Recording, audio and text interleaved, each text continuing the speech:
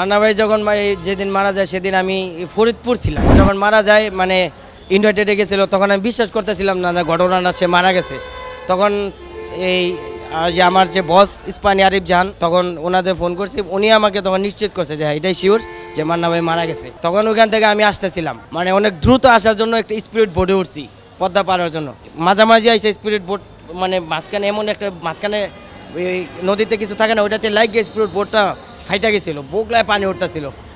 অনেক দ্রুত এক সাইডে নিয়ে ভিড়াইছে, আমরা অনেক কষ্ট করে দূরে দূরে নামছি, তারপর আবার একটা বোটে পার হয়ে আসছি। জীবনে এটাই দুঃখ, আমি মান্না ভাইয়ের শেষ দেখাটা আমি আর দেখতে পারি নাই। আমি আস্তে আস্তে এফডিসিতে আমি মগবাজার ক্রস করতে পারি নাই, যদি আমার কাছে আইডি কার্ড ছিল আমি ফিল্মের লোক হিসেবে ক্রস করতে পারি নাই। এত হাজার হাজার লাখ লাখ মানুষ, মানে লক্ষ মানুষ যে এফডিসি মগবাজার ক্রসে রেল ক্রস করেছে, আমি এফডিসি যে সামনে যাবো এটা আমার ভাবে আমি কোনোভাবেই পসিবল ছিল না, আমি যাইতেও পারি না। এটা সত্য, আমার জীবনের সবথেকে কষ্টকর জিনিস এটা যে আমি ওই মুহূর্তে আমি তার কাছাকাছি যাইতে পারিনি। এটা সবথেকে বেশি কষ্ট ছিল ওই মুহূর্তে, মানে যাওয়াটা পসিবল ছিল না।